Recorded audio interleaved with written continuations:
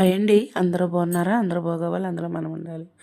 ఈరోజు మేము తలుపులంలో వెళ్ళామండి. మమ్మల్ని ఒకళ్ళు ఇన్వైట్ చేశారు.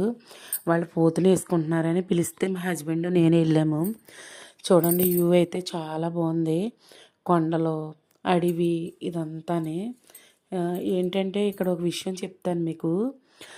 ఏంటి పోతులు నేస్తున్నారో, కోళ్ళను కోస్తున్నారో కానీ వాళ్ళండి సైడ్ బిజినెస్ కానీ ఎంతో మాంసం పోతులేసింది మాంసం దొబ్బేసి ఆ మాంసం అంతానండి బయటకు అమ్మేసుకుంటున్నారండి. ఇది ఎంత దారుణమో చూడండి. మన పోతు వేసుకుని ఇంతమందినని భోజనాన్ని పిలుస్తామనుకో, ఆ వచ్చిన వాళ్ళందరికీ ఏం పెడతామండి? వీళ్ళు ఎలా దొబ్బేస్తే ఒక పోతులో 2-3 కేజీల మాంసం దొబ్బేస్తున్నారు.